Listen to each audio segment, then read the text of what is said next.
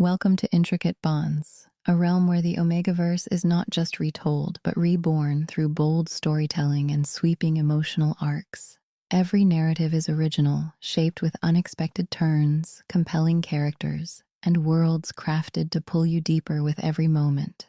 Stay tuned for stories that feel both hauntingly familiar and thrillingly new. Please hit the like, subscribe, and notification buttons to know when new stories are posted. Now, let's begin. Character bios: name Kiahi Mahani, gender female, age 25, profession waitress. Quick bio: twin of Mikial Lane Steele, adopted daughter of Aliana and Kion Mahina. Personality: smart, sarcastic, resourceful, and seer. Secondary designation: Beta Omega. Physical description: hair, long, light grayish black. Eye color: violet. Pheromone scent: lily of the valley, and dormant scent: black opium. Name Mikiel Lane Steele, gender male, age 25. Profession: art curator and house husband. Quick bio: twin of Keahi Mahani, bonded and married to Tegan Lane and Colton Steele. Personality: intelligent, analytical, and funny. Secondary designation: dominant Omega. Physical description: hair, grayish black. Eye color: violet. Pheromone scent: black opium and ripped cherry. Name: Tegan Lane. Gender: male. Age: 32. Profession: CFO of Steele and Lane Holdings. Quick bio: co-owner of Steele and Lane Holdings. Bonded to Colton Steele and Mikiel Lane Steele. Personality: intelligent, tenacious, calculating, protective, and ruthless. Secondary designation: pure blood alpha. Physical description: hair black with braids tapered on the sides and back. Eye color: hazel. Pheromone scent: rainforest and amber ash. Name: Colton Steele. Gender: male. Age: 31. Profession: CEO of Steele and Lane Holdings. Quick bio: co-owner of Steele and Lane Holdings. Bonded to Tegan Lane and Michael Lane Steele. Personality: intelligent, strategic, romantic, and vigorous. Secondary designation: alpha. Physical description: hair, brown hair, slicked back, short on the sides and back. Eye color: ocean blue. Pheromone scent: winter spruce and bergamot. Act 1. My name is Keahi Mahina, and I was raised in Honolulu, Hawaii, raised in the Mahina pack, though I was never truly of it. Aliana and Kayon Mahina adopted me when I was still small. They wanted a daughter to balance their family, a girl to raise beside their son, Kaeo, the future alpha. They loved me fiercely, but the pack never let me forget I wasn't born from Mahina blood. My violet eyes made sure of that. Only 1% of the population has them, and in our world, rarity is never ignored.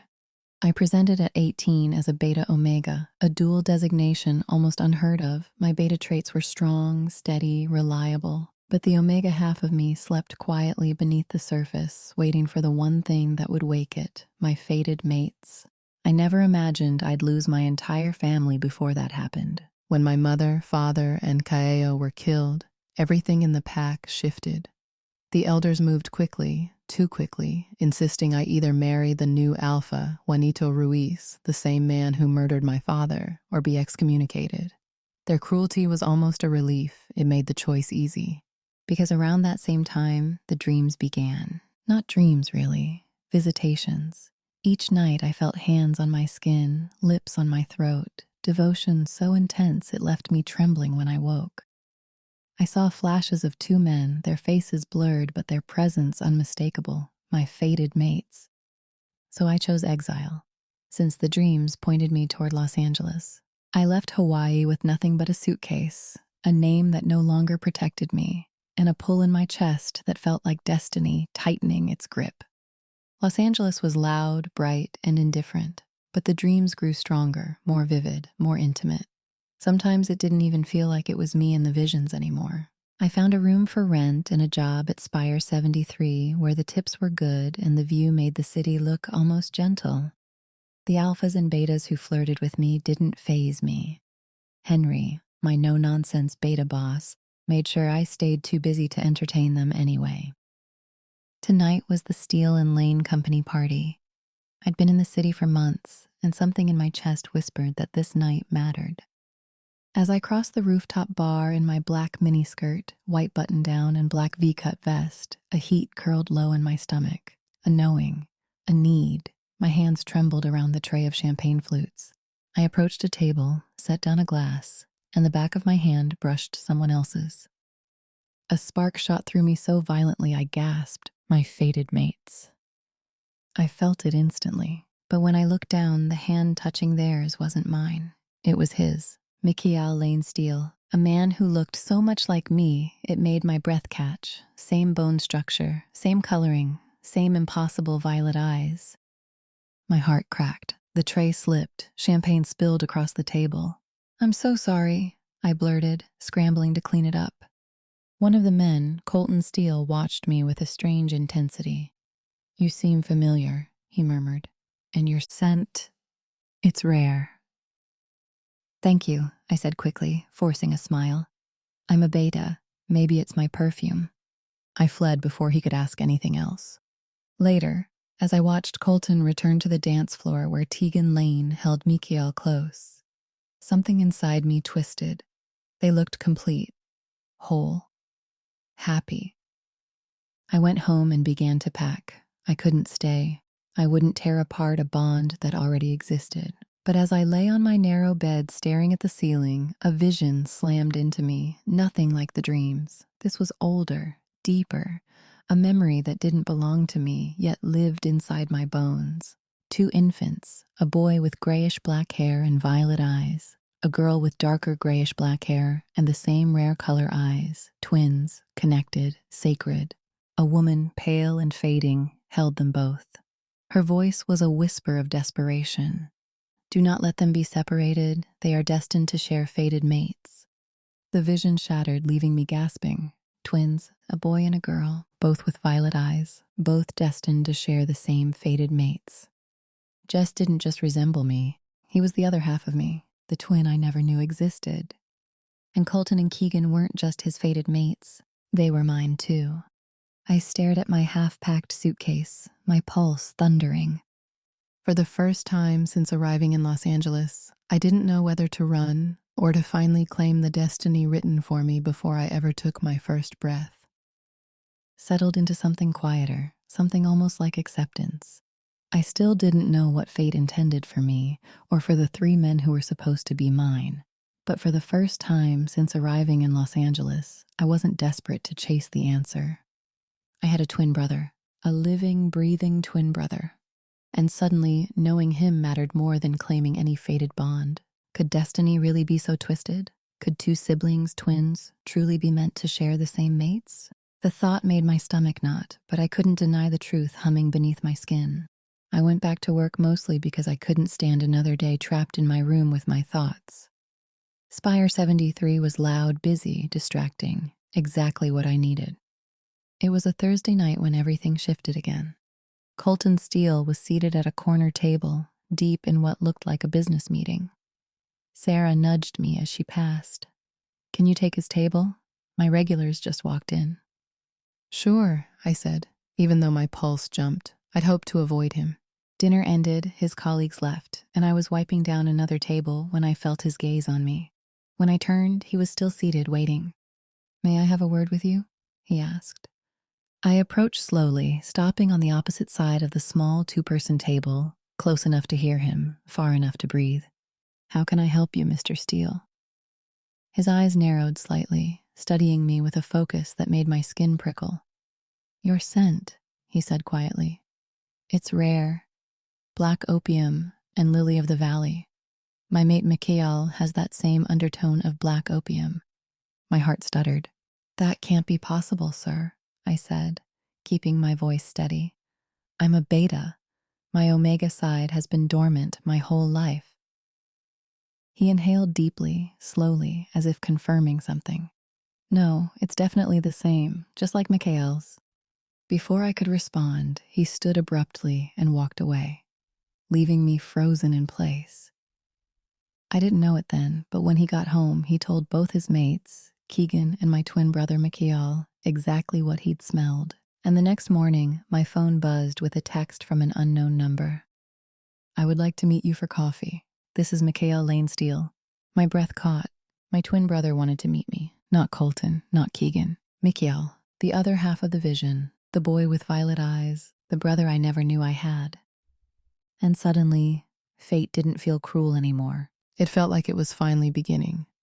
I didn't know it at the time, but the moment Colton Steele walked away from me at Spire 73, he went straight home and told both his mates, Tegan and my twin brother, Mikhail, exactly what he'd sensed. My scent, the familiarity, the impossible similarity to Mikhail's own pheromones. I had no idea any of that was happening. All I knew was that the next morning, my phone buzzed with a message from an unknown number. I would like to meet you for coffee. This is Mikhail Lane Steele. My breath caught. My twin brother, my mirror in a life I never knew I'd been separated from, wanted to meet me. We chose a small cafe on Merity Street called Merity Blends. It was quiet, warm, and smelled like roasted beans and vanilla syrup. I arrived early and picked a table near the window, my nerves fluttering like trapped wings. A few minutes later, he walked in. "Hello again," he said, offering a small, tentative smile. "Hello to you, Mr. Lane Steele," I replied, trying to keep my voice steady. He shook his head gently. "Call me Mikhail." "Then Mikhail it is." He sat across from me, studying me with a kind of wonder that made my chest tighten. "Colton told me about your conversation," he said. "I wanted to meet you because you feel familiar, and I've never met anyone whose pheromones resemble mine." "You mean the lily of the valley?" I asked. He shook his head. "No, the black opium. It's faint on you, but still strong enough for me to smell." A shiver ran through me. Black opium, the same undertone he carried. The same one Colton had recognized. We talked for 3 hours, About where we grew up, about how we were both adopted, about the strange parallels in our lives. about the possibility, no, the likelihood, that we were twins separated at birth. Talking to him felt like talking to a reflection of myself. We thought alike. We laughed at the same things. We even shared similar tastes in people, though I kept that part to myself. There was no awkwardness, no hesitation, just an easy, natural connection that felt like it had always been there, waiting. When our cups were empty and the afternoon sun had shifted across the cafe floor, Mikhail stood and hesitated for a moment. "I'd like to meet again," he said softly. "There's more I want to learn about you, about us." I nodded, warmth blooming in my chest. I'd like that too. For the first time since arriving in Los Angeles, I felt something new. Not fear, Not longing, not confusion, hope. The next few weeks were spent getting to know Mikhail. I avoided Tegan and Colton as much as possible, always finding excuses to slip away before they got too close. The pull toward them, the electricity under my skin, the way my scent sharpened into black opium and lily of the valley whenever they were near, was a complication I wasn't ready to face. Mikhail and I finally agreed to take a DNA test. We met at Geneticus Life Sciences, both of us already knowing the truth in our bones. Still, we needed confirmation, proof, closure.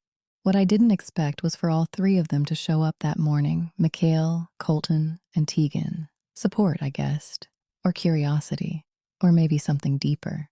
Colton spoke first. "Nice to see you again," he said, extending his hand. I hesitated, then took it. The moment our palms touched, something flickered in his eyes. Recognition, confusion, longing, fear. It hit me too, sharp and undeniable. We dropped each other's hands at the same time.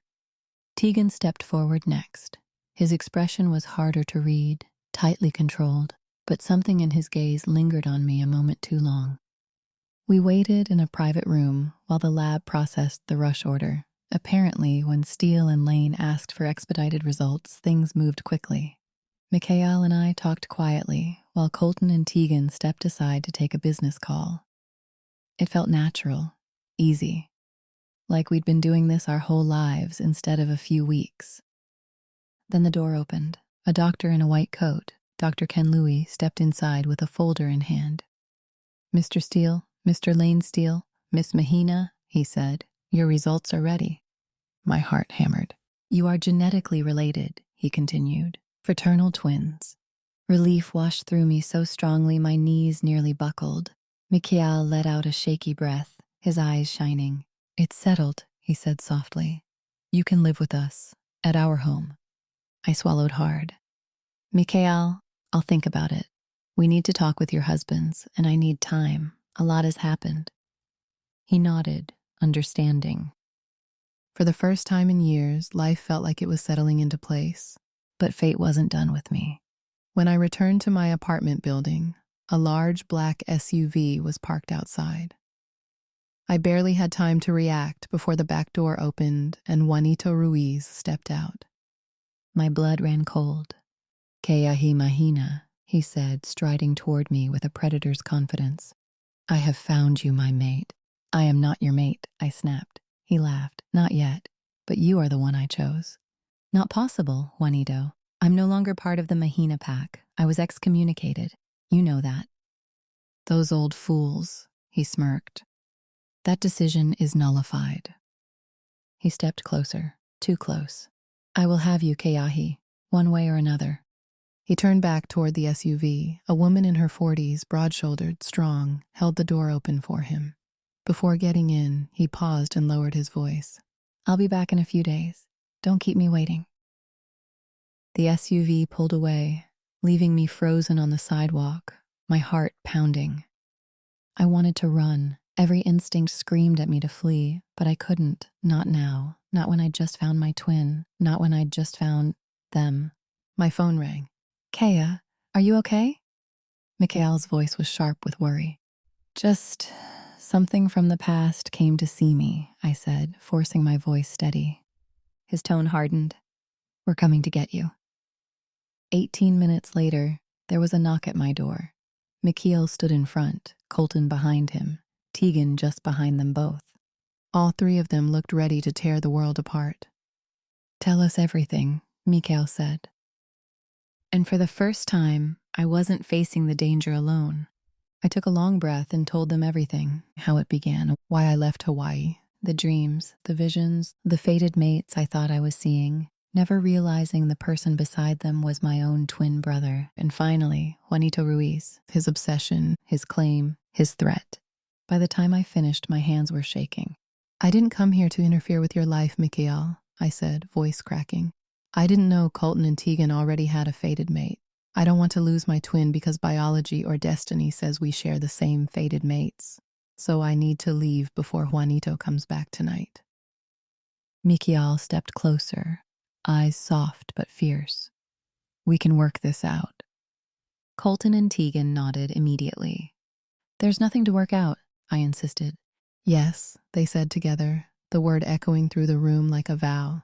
Tegan spoke first, his voice steady but gentle. We've talked about this for weeks. Colton and I have both felt a connection to you, deep, instinctive, the same pull we felt when we met Mikhail. My breath caught. Tegan continued. It's rare, but it happens. Some people have more than one fated mate. In my pack, my father had 3 wives. Colton and I grew up bonded, sharing everything. We always knew our lives would be intertwined. Colton stepped forward, his expression open, vulnerable in a way I'd never seen. We didn't understand it at first, but every time you were near, it felt like something inside us recognized you. Mikhail moved to my side, his presence warm and grounding.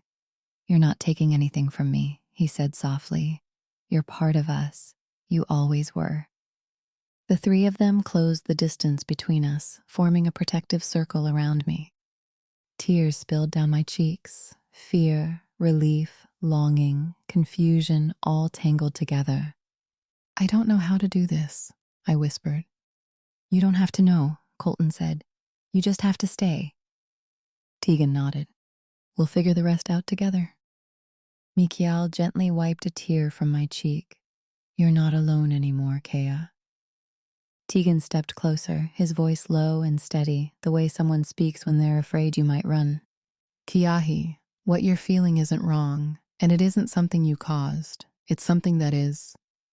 Colton nodded, folding his arms but softening his stance. Shared mates aren't common, but they're not a myth either. Some bloodlines, rare ones, carry the ability to bond with more than one fated mate. My breath hitched. But that's you 3, not me. Mikhail shook his head gently. No, Kea, it's us, all of us. Tegan continued. In my pack, it wasn't unusual. My father had 3 wives, not because he wanted to collect them, but because the moon tied them together. They were a unit, a bond, a pack within the pack. Colton added, some souls are born, split, or paired, or mirrored, and they're meant to complete a bond together, not separately. My chest tightened. You mean twins? Mikhail's hand brushed mine. Exactly. Tegan's eyes softened. Twins with violet eyes? Even rarer. Your bloodline is old, Kiahi, older than any of us realized. Some families are destined to share mates because their souls were never meant to walk alone. Colton stepped closer, his voice barely above a whisper. When we met Mikhail, we felt the bond immediately. But when we met you, it was the same pull, the same recognition, the same instinct to protect, to claim, to love. My throat tightened. But I don't want to take anything from Mikhail. Mikhail shook his head firmly. You're not taking anything. You're completing something. Tears blurred my vision. Tegan reached out, but didn't touch me, waiting for permission. Shared mates aren't about choosing one over the other. They're about balance, harmony, a bond that was always meant to be bigger than 2 people. Colton's voice softened. We felt this for weeks. We didn't understand it until now. But we want you with us, Kayahi, not instead of Mikhail, with him, with us, as part of the same bond. Mikhail squeezed my hand. You're my sister, my twin, my other half, and they're our mates, all of ours. The room felt too small for the weight of destiny pressing in around us. I wiped my cheeks, breath trembling. I don't know how to do this. You don't have to, Tegan said. You just have to stay. And for the first time, I understood. This wasn't a love triangle. It wasn't a competition. It wasn't betrayal. It was a shared destiny, one written long before any of us were born. The moment my phone buzzed, something inside me went cold. Unknown number. Is my mate ready to fly back to our compound? Unknown number. I will be there to get you in 20 minutes. Do not keep me waiting. My stomach twisted. My pulse spiked. The air in my apartment felt too thin to breathe. I need to go, I whispered, backing away from the 3 men standing in my living room. He'll be here in 20 minutes, Juanito. Mikhail stepped forward immediately, eyes blazing. No, absolutely not. Colton's entire posture shifted, alpha instincts snapping into place, shoulders squared, jaw tight, eyes sharp with protective fury.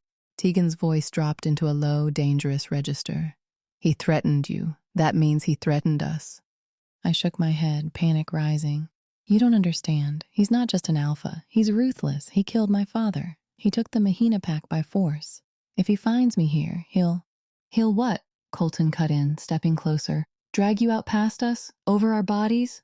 Tegan moved to my other side, his presence grounding and fierce. You're not going anywhere with him. Not now. Not ever.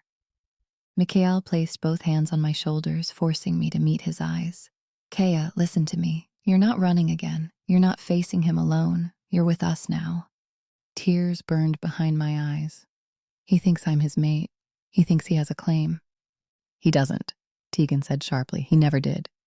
Colton's voice softened, but the steel beneath it remained. You're ours, and we protect what's ours. Mikhail's grip tightened. We're getting you out of here, now. I swallowed hard, fear and relief tangling in my chest. Where would I even go? All 3 of them answered at once, their voices overlapping with absolute certainty. With us. I'll go with you, I said, voice shaking but steady enough to stand on. But I'm not making any decisions about this fated mates crap. I'm not losing my twin over stupid biology. If that's okay, then let's go. The room went still. Then something shifted. Colton exhaled slowly, and the air around us changed, cooling, softening, grounding. His pheromones rolled out in a gentle wave, winter spruce and bergamot, crisp and clean like a forest after snowfall. The scent wrapped around me like a calming blanket, easing the panic clawing at my ribs. Tegan's reaction followed a heartbeat later. His pheromones surged warm and protective, rainforest and amber ash, earthy and electric, like standing beneath a storm-heavy canopy. It didn't smother, it shielded. A barrier, a promise. My breath hitched. They weren't trying to influence me. They were trying to steady me. Mikhail stepped closer, his voice soft but fierce. Kea, you're not losing me, ever. Colton's eyes softened, the bergamot in the air brightening with reassurance.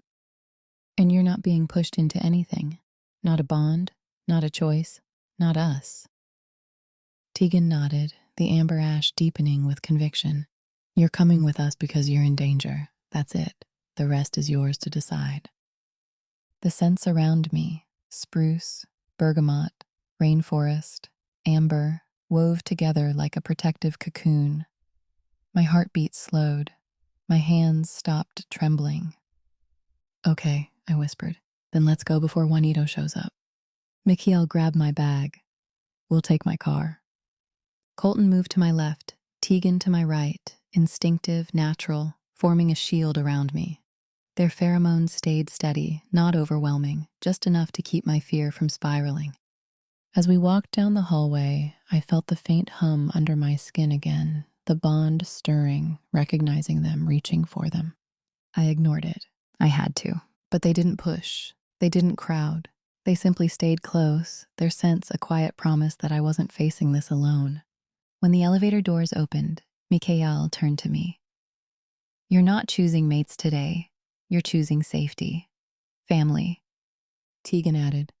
And if the bond is real, it will wait. Colton's voice softened. You're allowed to take your time. I stepped into the elevator with them, my twin, and the two men destiny claimed were mine. Wrapped in winter spruce, bergamot, rainforest, and amber ash. For the first time, I didn't feel hunted. I felt protected. Juanito arrived 20 minutes too late. By the time his SUV rolled up to my building, the four of us were already gone.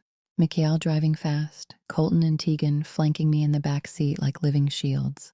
I didn't look back, but Juanito did. He stepped out of the SUV with that same cold confidence he always carried, the kind that made my skin crawl. His eyes swept the parking lot, the sidewalk, the windows, searching, hunting. He knew I'd been there. He knew I'd slipped away, and he did not take it well. Find her, he snapped to the woman beside him, the same one who'd held the door earlier. She didn't leave on her own. Someone helped her. He walked toward the building entrance, his voice low and dangerous. I want to know where she works, who she speaks to, who she trusts, every place she's been, every person she's looked at. He paused, inhaling sharply, as if trying to catch my scent. She is mine, he growled, and I will have her in my bond. The woman nodded stiffly. Yes, Alpha. He turned back toward the SUV, fury simmering beneath his skin. She can't hide from me, not in this city, not anywhere. The door slammed shut, and the SUV peeled away from the curb. My phone buzzed again, and I flinched. Mikhail glanced at me from the driver's seat. Is it him? I nodded, swallowing hard. He's looking for me. He wants to know where I work, who I talk to, how to force a bond. Tegan's jaw tightened, his protective pheromones, rainforest and amber ash, filling the car like a shield. He doesn't get to decide that. He doesn't get to decide anything about you. Colton's calming pheromones, winter spruce and bergamot, rolled out in a steady wave. He's escalating. That means we move faster. Mikhail reached back and squeezed my hand. You're safe with us, Kea. He won't touch you. I wanted to believe him. I wanted to believe all of them. But Juanito's words echoed in my mind like a threat carved into stone. I will have you in my bond, not if I had anything to say about it. Not if we had anything to say about it. The steel lane home was nothing like I expected. Warm lighting, soft colors, clean lines, and a quiet hum of safety that wrapped around me the moment I stepped inside. It didn't feel like a mansion or a power couple's estate. It felt lived in, protected, balanced. Mikhail showed me to a guest room, my room for now. I set my bag down, trying to breathe through the swirl of emotions, relief, fear, confusion. the faint echo of the bond humming under my skin. I wasn't ready for that part. Not yet. After a few minutes, I joined them in the living room. Colton sat on the edge of the couch, elbows on his knees. Tegan leaned against the wall, arms crossed. Mikhail sat beside me, close but not crowding. "We need to talk about boundaries," I said before any of them could start. "I'm here for safety, not anything else. I'm not making decisions about mates or bonds or whatever destiny thinks it's doing." Colton nodded immediately. Understood. Tegan added, "Your comfort comes first, always." Mikhail squeezed my hand. "We're not rushing you." A breath I didn't know I was holding slipped out. "Thank you." We talked through the basics. Privacy, space, no pheromone influence unless I asked for it, no touching without permission, no assumptions about the bond. They agreed to all of it without hesitation. It felt respectful, safe, but the peace didn't last long. Colton's phone buzzed, then Tegan's. They exchanged a look, sharp, serious. "What is it?" I asked. Colton stood jaw tight. "We reached out to a few contacts, people who know pack politics, people who know Juanito." Tegan's expression darkened. "And what we're hearing isn't good." My stomach dropped. "What do you mean?" Colton paced once, then stopped in front of me. "Juanito didn't just take over the Mahina pack. He's been expanding, quietly, aggressively. He's been trying to claim Omegas from other packs, forcing bonds, coercing alliances." Tegan added, "He's been looking for someone with your scent profile for months, someone with violet eyes, someone rare." My blood ran cold. "He thinks you're a prize," Colton said, voice low. "A symbol, a weapon." Mikhail's hand tightened around mine. "He's not getting you." I swallowed hard. "He's already looking. He went to my building. He's going to find out where I work." "He won't get close," Tegan said. "We'll make sure of it." Colton's calming pheromones, winter spruce and bergamot, drifted through the room, steady and grounding. Tegan's protective pheromones, rainforest and amber ash, followed, warm and fierce. I closed my eyes for a moment, letting the scent settle my nerves. When I opened them, all three were watching me. "We'll protect you," Mikhail said softly, "but we need to know everything Juanito said, everything he's done." I nodded, voice barely above a whisper. "Then let's start," because running wasn't an option anymore, and neither was facing this alone. The steel lane home felt different once the adrenaline faded. Safe, yes, but also unfamiliar, too quiet, too still. I tried to settle in, unpacking a few things, pacing the guest room, breathing through the lingering fear Juanito had left behind. When I finally joined the others in the living room, Colton and Tegan were already in planning mode. Colton stood by the kitchen island, phone in hand, his expression sharp and focused. "I've contacted 3 security firms, discreet ones. We'll have cameras installed by morning." Tegan was scrolling through something on his tablet, jaw tight. "I'm pulling records on Juanito, pack transfers, land acquisitions, alliances, anything we can use as leverage." Mikhail sat beside me on the couch, close enough to offer comfort but not crowding. "We're not letting him get near you again." I nodded, though my hands trembled slightly. "What kind of leverage?" Colton looked up. "Anything that makes him back off. Illegal pack takeovers, forced bonds, financial crimes. If he's broken laws, human or supernatural, we'll find it." Tegan added, "And if he hasn't, we'll find someone he's pissed off who's willing to talk." Their confidence should have calmed me. But something else was happening. A soft warmth pulsed beneath my skin, on my inner wrist, right over my scent gland. I rubbed the spot absently, thinking it was stress. Then Mikhail inhaled sharply. "Kea, your wrist." I looked down. A faint mark was forming, a crescent lunar moon with 3 small stars, delicate and glowing faintly beneath the skin. Not ink, not a bruise, something older, something deeper. My breath caught. "What is that?" Mikhail held out his own wrist. The same mark, in the same place, fading in slowly like dawn breaking. A matching lunar moon and 3 stars. My heart stuttered. "Mikhail, what does this mean?" He swallowed, eyes wide. "It's a twin bond mark. I've only read about them. It's the sign of a soul pair. 2 halves of the same origin." I felt it then, like a soft thread tugging between us. Not romantic, not possessive, something purer, older, the bond of two people who were never meant to be separated. Mikhail pressed a hand to his chest. I can feel you, your fear, your confusion, your relief. My eyes burned. I can feel you too. Not thoughts, not words, just emotions, warm, steady, familiar. Tegan stepped closer, voice gentle. Twin bonds are rare, sacred. They're not like mate bonds. They're deeper. You share strength, instinct, emotion. Colton nodded. It means you're connected, permanently, no matter what Juanito thinks he can claim. I stared at the mark, the stars brightening as Mikhail moved closer. I didn't know this was possible, I whispered. Mikhail smiled softly. Neither did I, but it feels right. And it did. For the first time since leaving Hawaii, something inside me clicked into place. A missing piece returned, a wound I didn't know I had begun to close. Colton cleared his throat gently. This bond? It's leverage, too. Juanito can't claim someone who already has a sacred bond. It's forbidden. Tegan added. And if he tries, he'll be violating ancient law. That's something even he can't hide. I exhaled shakily, the weight on my chest easing.